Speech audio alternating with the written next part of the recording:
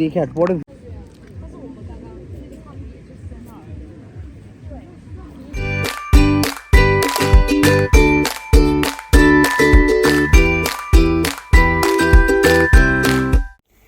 Hello বন্ধুরা, welcome back to our channel out of focus. আজকে আবার চলে এসেছি একটা নতুন ভিডিও নিয়ে। এখন ভোর 5টা বাজে, একদম সকাল সকাল রেডি হয়ে বেরিয়ে পড়েছি। আর বেরোতেই হলো সমস্যা, এয়ারপোর্টটা হোটেলে ফেলে এসেছিলাম, তো আবার হোটেলে ফেরত গিয়ে এয়ারপোর্ট নিয়ে বেরিয়ে এলাম। আজকে আমরা যাব নতুন একটা আইল্যান্ডে, যেটার নাম হচ্ছে নুসা পেনিডা। সেখানে যাওয়ার জন্য আমাদের বোটে করে পার হয়ে যেতে হবে। তো ওই জন্য আজকে আমাদের প্রচুর এক্সাইটমেন্ট ছিল। এখানে আসার পর চারিদিকে অনেকগুলো অ্যাক্টিভিটিস করেছি, ঘুরেছি, কিন্তু আজকে ফাইনালি সমুদ্র দেখব। তো কার না আনন্দ হয় বলো, প্রথমবার ভারত মহাসাগর দেখব। তো ওই জন্য এসেছিলাম হারবারে। এটা ছিল ওখানকার হারবার, মানে ওই লঞ্চ ঘাট টাইপের বলতে পারো।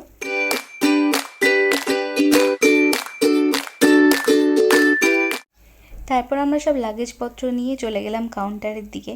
আমার মুখ দেখে বুঝতেই পারছো, একদম ঘুম হয়নি, চোখ মুখ বসে গেছে। আসলে এই 2 ঘন্টার যে টাইমের ডিফারেন্সটা রয়েছে, মানে এখানে 5:30 বাজে, মানে ইন্ডিয়াতে তখন অলমোস্ট বাজে 3:30। তো এই টাইম ডিফারেন্সের জন্য ঠিক করে ঘুম হয়নি। তার মধ্যে যেহেতু সকালবেলা বেরোনোর কথা ছিল, তাই 4টে থেকে উঠে রেডি ফেডি হয়ে 5:30টার মধ্যে গাড়িতে উঠে গেছি। এই যে দেখো, এটা ছিল এখানকার কাউন্টার। আমাদের যেহেতু আগে থেকে বুকিং করা ছিল, তো আমরা একটু তাড়াতাড়ি পৌঁছে গেছিলাম, তো গিয়ে আমাদের ওয়েট করতে হচ্ছিল। এখানে এসে যা বুঝলাম, এই বোট হচ্ছে এনাদের অন্যতম পাবলিক ট্রান্সপোর্ট। বালিতে কিন্তু কোনো ট্রেন ব্যবস্থা নেই, আর লোকাল বাস নেই বললেই চলে। তো ট্রান্সপোর্টের জন্য সবাই নিজের নিজের স্কুটি আছে, সেগুলোকেই ইউজ করে। আর একটু দূরে ট্রান্সপোর্টের জন্য এই বোটই হচ্ছে একমাত্র মাধ্যম।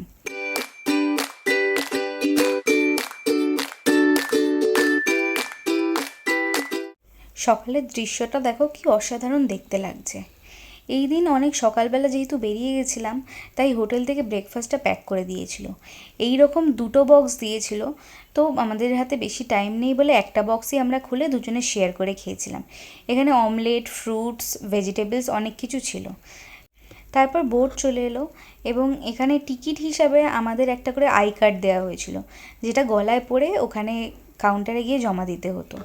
তো এখানে নর্মালি ট্যুরিস্ট খুব কমই ছিল, আমরাই বলতে গেলে একা ট্যুরিস্ট ছিলাম, আর বাকি সব লোকাল লোকই ছিল। কারণ এই নুসা পেনিডার জার্নিটা সবাই 1 ডে জার্নি করে, মানে সকালবেলা যায় অ্যান্ড দেন সেদিনই ফিরত চলে আসে। কিন্তু আমরা সেদিনকে 1 নাইট স্টে নিচ্ছিলাম, ওই জন্য আমাদের একটু টাইমটা সকালবেলায় ছিল।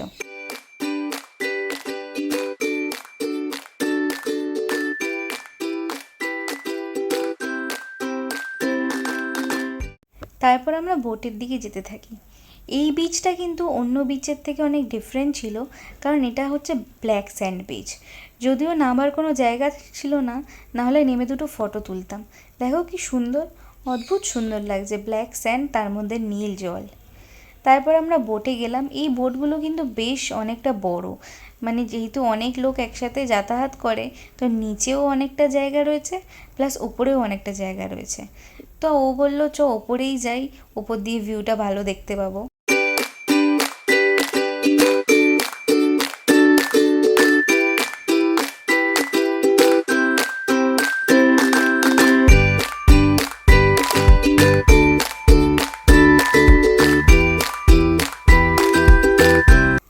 উপরে গিয়ে দেখি 3টে সিট ফাঁকাই ছিল, তাই আমরা একটু শান্তিতে গিয়ে বসে পড়ি। তারপর পুরো বোটটাই ফুল হয়ে যায়। আমাদের লাগেজগুলো অবশ্য ওনারাই নিয়ে নিয়েছিলেন, ওনারাই সেফভাবে রেখে দিয়েছিলেন। তারপর আর কি, এই সুন্দর ভিউ দেখতে দেখতে যে কখন 1টা ঘন্টা কেটে যায় সেটা বুঝতেই পারি না। অপূর্ব সুন্দর লাগছে এই শান্ত ভারত মহাসাগর আর মুক্ত বাতাস, ভীষণই আই সুদিং ছিল। সত্যি কোনোদিন স্বপ্নেও ভাবতে পারিনি যে আমরা এরকম বিদেশে আসতে পারবো, এত সুন্দর একটা দৃশ্য দেখতে পারবো। নিজেদেরকে অনেক ব্লেসড মনে করি যে এ জীবনে এত কিছু আমরা অ্যাচিভ করতে পেরেছি।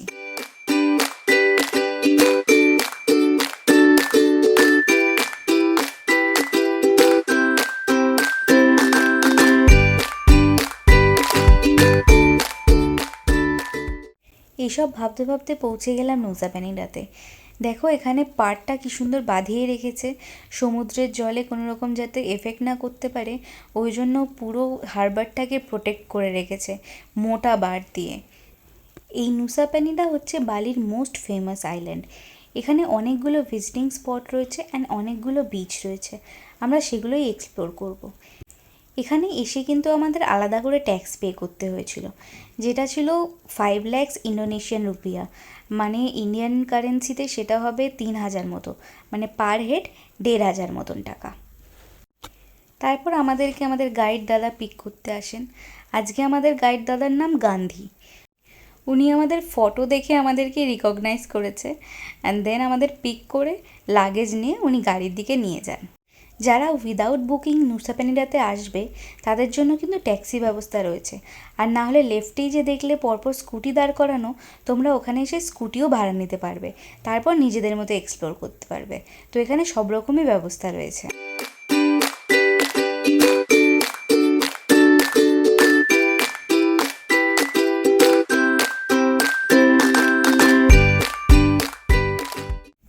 গাড়িতে উঠে এই দ্বীপটা সম্বন্ধে অনেক গল্প জানতে পারি। এই দ্বীপটা হচ্ছে দুভাগে ডিভাইড করা, একটা ইস্ট সাইড আর একটা ওয়েস্ট সাইড। দুদিকেই সমানভাবে ভিউ পয়েন্ট রয়েছে, কিন্তু এই হারবার থেকে ভিউ পয়েন্টগুলো অনেকটা ডিস্টেন্সে। তো আমাদের অলমোস্ট 2 ঘন্টা লেগে গেছিল লোকালিটিতে পৌঁছে।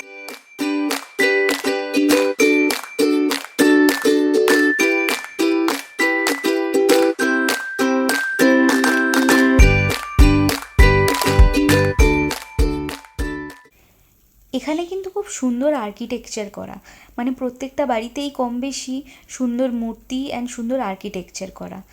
বেশি জনবসতি নেই, অল্প অল্প লোকালিটি রয়েছে অ্যান্ড তারপরে আবারও সবুজে ঘেরা। আইল্যান্ডটা বেশ ফাঁকা ফাঁকাই, খুব একটা জনবসতি নেই। তারপর আমরা গাড়িতে বসে বাকি ব্রেকফাস্টটা করে নিই। এখানে পৌঁছাতে পৌঁছাতে অলমোস্ট 10:30 বেজে গেছিলো, ওই জন্য এখন লাঞ্চ করারও কোনো অপশান নেই, তাই ব্রেকফাস্টটাই খেয়ে নিই। আমরা আজকে যাচ্ছিলাম ওয়েস্ট পার্টটা ভিজিট করতে। তো গাড়িতে এরকম টুকটাক গল্প করতে করতে আমরা পৌঁছে গেলাম আমাদের ফার্স্ট ডেস্টিনেশনে। ড্রাইভার বলল গাড়ি পার্ক করে 10 মিনিট মতন হাঁটতে হবে। তো সেরকমই তারপর পার্কিংয়ের পর ওনার পিছ পিছ হাঁটতে শুরু করলাম। রাস্তায় দেখলাম বেশ কয়েকটা ছোট ছোট দোকান রয়েছে, মানে অতিরিক্ত রোদ্দুর আর গরম তো, তাই টুপি, সানগ্লাস, হালকা পাতলা জামা কাপড় এসবই রয়েছে। আর রয়েছে ডাবের দোকান আর কিছু ছোট ছোট ক্যাফে।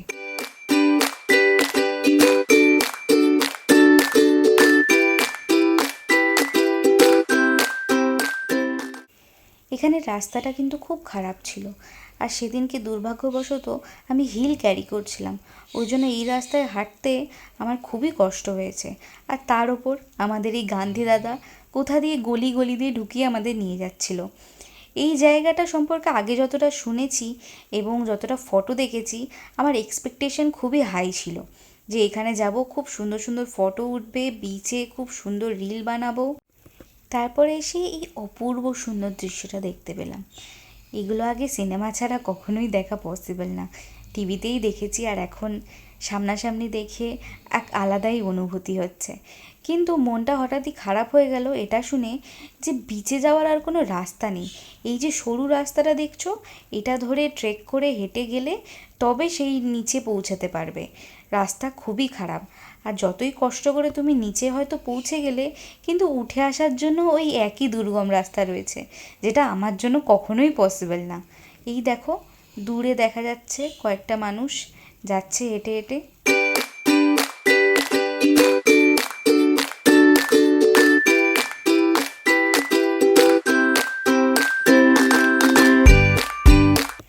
তো মনটা কিছুটা খারাপ হলেও এই সৌন্দর্য আবার মন ভুলিয়ে দিয়েছে। দেখো অপরূপ সুন্দর। তারপর এখানে আমরা কিছু সুন্দর সুন্দর ফটো তুলে এখান থেকে বেরিয়ে যাই আমাদের নেক্সট ডেস্টিনেশনে। আচ্ছা, বলতেই ভুলে গেছিলাম, এই বিচটার নাম হচ্ছে ক্লিংকিং বিচ।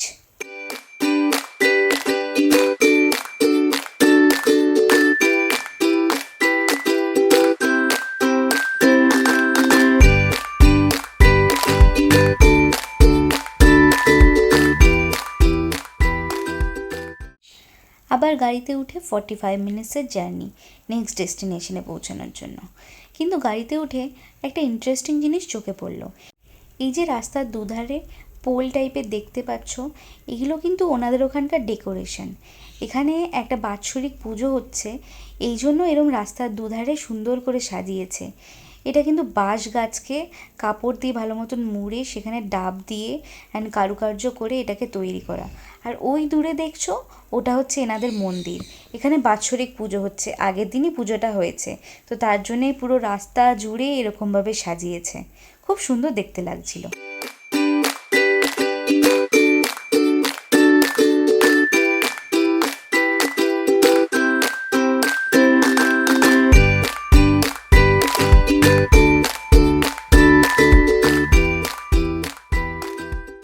তারপর আমরা পৌঁছালাম আমাদের নেক্সট ডেস্টিনেশনে। এটা ছিল ব্রোকেন বিচ। এখানে এসে দেখলাম বেশ ভিড়, ম্যাক্সিমাম ট্যুরিস্ট যেন এই লোকেশনটাই দেখতে এসছে।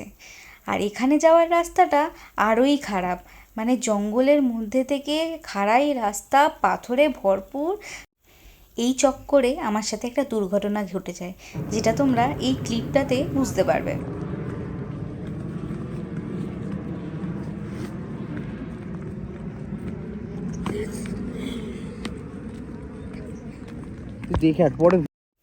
ভিডিওটা এন্ড করার সাথে সাথেই আমি ধপাস করে পড়ে যাই।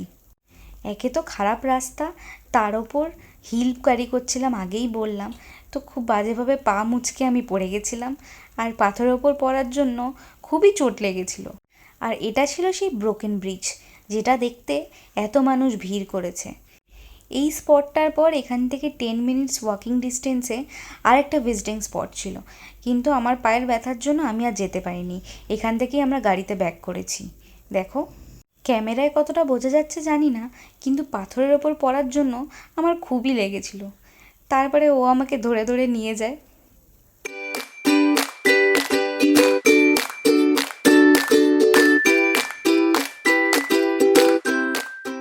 গাড়ির সামনে এসে পাটা ভালো করে ওয়াশ করে আমি নিজেই নিজের ভিডিও করছিলাম। বুঝতে পারছি না হাসবো না কাঁদবো, কারণ খুবই রাগ ধরছে নিজের ওপরে। এই ঘুরতে এসে একটা বিপদ বাঁধানো মানে সবারই একটা টেনশনের ব্যাপার, তারপর বাড়িতে শুনলে তো খুবই টেনশন করবে। আসলে আমারও দোষ না, ভেবেছিলাম হোটেলে গিয়ে জুতোটা চেঞ্জ করে আসবো, কিন্তু ডাইরেক্ট বেরিয়ে গেছি বলে আর সেই সুযোগটা পাইনি। তারপর নেক্সট আমরা গেছিলাম ক্রিস্টাল বিচে। এখানে এসে আবারও পায়ের জন্য আমি নামতে পারিনি, এই জলটা নোনা জল পায়ে গিয়ে খুবই জ্বালা করছিল। ওই জন্য অল্প রিল টিল বানিয়ে আমরা আবার হোটেল ফেরত চলে গেছি, কারণ আমার অবশ্যই রেস্টটা খুবই দরকার ছিল। ক্রিস্টাল বিচ থেকে হোটেল ফেরার পথে আমাদের কমপ্লিমেন্টারি লাঞ্চ ছিল, তো সেখানে গিয়ে আমরা অল্প কিছু খেয়ে নিয়েছিলাম। সেটার আর ভিডিও তোলা হয়নি, কারণ বর আমার পায়ে বরফ ঘষতে ব্যস্ত ছিল, তো ওই জন্য ওটার আর শট নেওয়া হয়নি। তো এখানে আমরা একটু ভিডিও তুলে নিজেদের আবার তারপরে গাড়িতে উঠে পড়ি।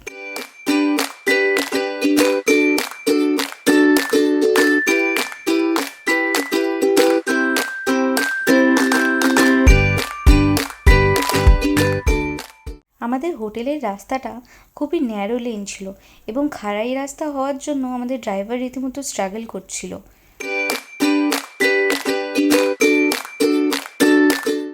এরপরে অবশেষে আমরা হোটেলে পৌঁছাই। হোটেলটা সমুদ্রের একেবারে ধারে পাহাড় কেটে তৈরি করা হয়েছিল, ওই জন্য অনেকগুলো সিঁড়ি নেবে আমাদের পৌঁছাতে হয়েছিল। যদিও আমার সব ব্যাগপত্র নিয়ে নিয়েছিল, কিন্তু এই ব্যথা পা নিয়ে সিঁড়ি দিয়ে নামাটাই আমার জন্য খুব চ্যালেঞ্জিং হয়ে গেছিলো।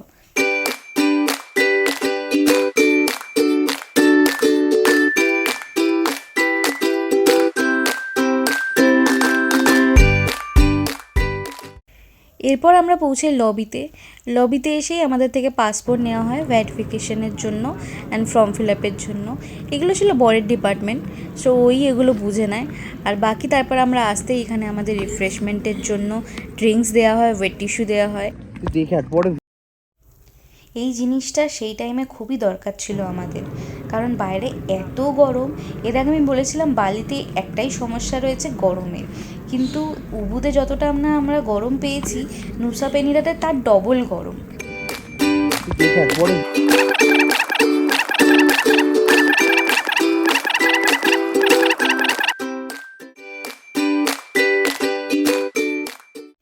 এই ড্রিঙ্কটা কিউকাম্বার অ্যান্ড পুদিনা দিয়ে বানানো হয়েছিল, খেতে খুবই রিফ্রেশিং ছিল অ্যান্ড অন্যরকম ছিল।